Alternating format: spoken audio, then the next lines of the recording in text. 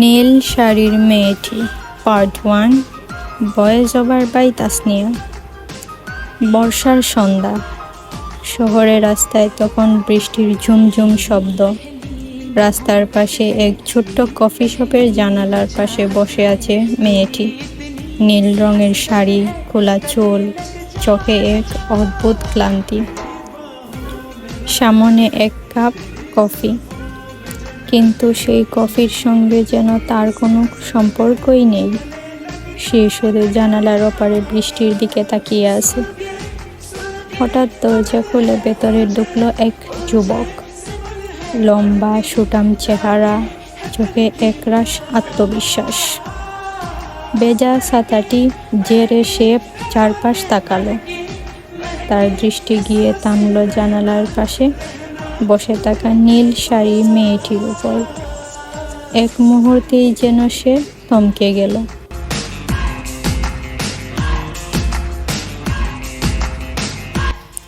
যুবকটি ধীরে ধীরে তার টেবিলের দিকে এগিয়ে এলো। যদি অনুমতি দেন, এখানে বসতে পারি? মেয়েটি চমকে তাকালো, চোখে বিস্ময়, কিন্তু ঠোঁটে কোনো কথা নেই। যুবকটি তার সামনে বসে পড়ল। আমি আমিনুল। মেয়েটি একটু ভেবে নরম সুরে বলল, তাসনিয়া। কিছুক্ষণ নীরবতা।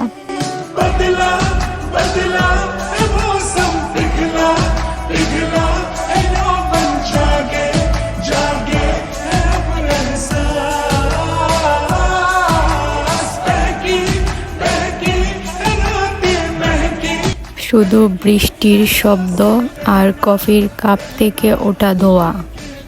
তারপর আমিনুল বলল, আপনি খুব চুপচাপ, কিছু ভাবছেন? তাসনিয়া মৃদু হেসে বলল, কিছু না, এই বৃষ্টিটা শুধু আমার সঙ্গে কথা বলছে। আমিনুল তাকিয়ে রইল তার দিকে।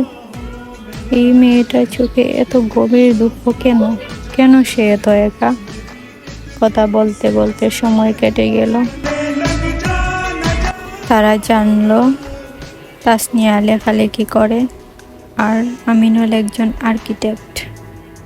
জীবনের প্রতি তাদের দৃষ্টিভঙ্গি ভিন্ন, তবুও অদ্ভুতভাবে তাদের কথাগুলো একে অপরের সঙ্গে মিল ছিল।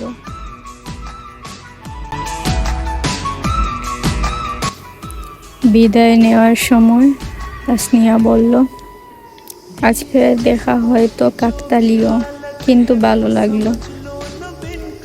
আমিনুল হেসে উত্তর দিল, কাকতালীয় হলেও কিছু কিছু ঘটনা মনে দাগ কেটে যায়, তাই না? তাসনিয়া কোনো উত্তর না দিয়ে চলে গেল, কিন্তু বৃষ্টির রাতটা সেদিন আমিনুলের জন্য আলাদা হয়ে গেল। পরদিন সকাল, আমিনুল অফিসে বসে কাজ করছে। হঠাৎ তার ফোনে একটি মেসেজ এলো। গতকালকের কথাগুলো মনে রয়ে গেছে, তাসনিয়া। মেসেজটা পড়ে আমিনুল হেসে ফেলল। এভাবেই শুরু হলো তাদের গল্প। কিন্তু জীবনের গল্প কখনো এত সহজ হয় না।